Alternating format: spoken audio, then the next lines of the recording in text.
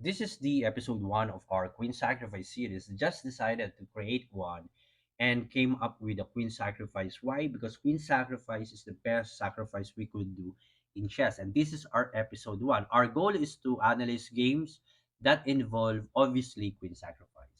So this game was between David Norwood and Cian Marsh, and how white would smash black with a Queen Sacrifice. Let's go and check this one.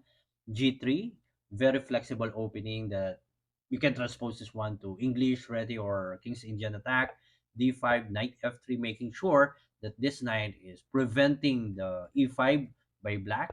Knight f6, bishop g2, e6. Once again, if you're a beginner, make sure once you have this kind of formation, let your bishop resides and enjoy the house of bishop. We call it house of bishop, or we call it fianchetto.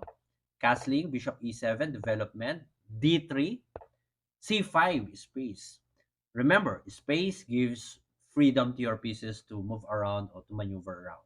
So c5, knight d2, knight c6, e4. This is called King's Indian attack.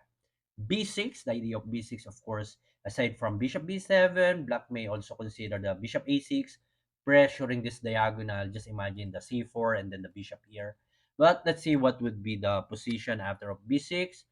For white, E5, attacking the knight on F6, knight E7, rook E1, protecting the E5 pawn, queen C7, and of course, you have to protect the E5 by moving queen E2. There is no way for white to protect the E5, but this is the only move, queen E2, bishop B7, H4. The idea of H4 is to prevent the G5. For example, you have your bishop F4 here. You don't want any pawn to bother your bishop on F4. So H4 preventing that one.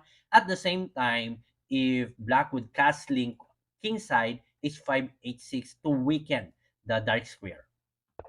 Castling queenside. And here, black understood that if he would castling kingside, there would be a chance for white to continue the attack kingside. So decided to go queenside for the imbalanced position. For black, kingside attack, and for white, queenside attack. This will be an interesting match between David Norwood and Cian Marsh. A3, so white had to decide to do some preparation. H6. Wow, this is crazy. And this is fun because both parties have understood that okay, we have to prepare now to deploy an attack. A3 for white, H6 for black, H5, of course, if you're gonna go G6, capture, or G5 and pasan, and the only good square for only open file for black is the G file, which F file, which is ineffective because of the knight, the knights protect him, pawn. That's the reason why rook d to g8. Black would like to open the g file instead of the f file. C4, d4 if black would capture, d takes c, of course knight takes, and the d6 square will be the target of white. So d4, the of course the opportunity of white after the d4 move is the knight to e4 outposting going to d6. Before sacrificing the pawn, and black refused to capture by moving g6. Why? What would happen if black would capture? Capture, b takes, if you will capture that with your knight, of course, rook takes a7, and you don't want that. So instead, bishop takes b4, bishop a3, capture, rook takes, knight c5, eliminating the active pieces of black, capture, rook takes. Let's say knight a5, we can go with rook b5. The idea is to, of course, invite and, let's say, tempt black to move a6 because after rook b2, the target now is the b6 square. Instead of attacking the rook using the pawn, you can just bishop c6 or bishop a6. But this is actually the recommended move of engine. After of c takes b4, this is the possible position if you will do it with accuracy. So let's go back to our original position after of b4, not capturing the b4, instead moving g6 by black. Capture, capture, now it opens the B file. So black has to create its own open file.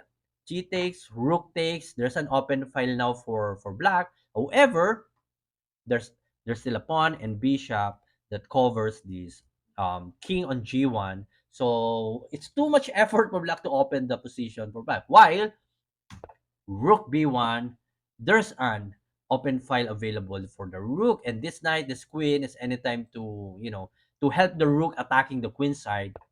H5, just continue breaking the king side. Knight e4, outposting the knight at the same time targeting the d6 square. And if you are black, you have to continue to pressure the king side.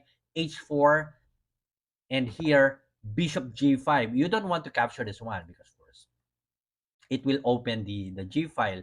Instead of that, bishop g5, disconnecting the bishop to h4 pawn.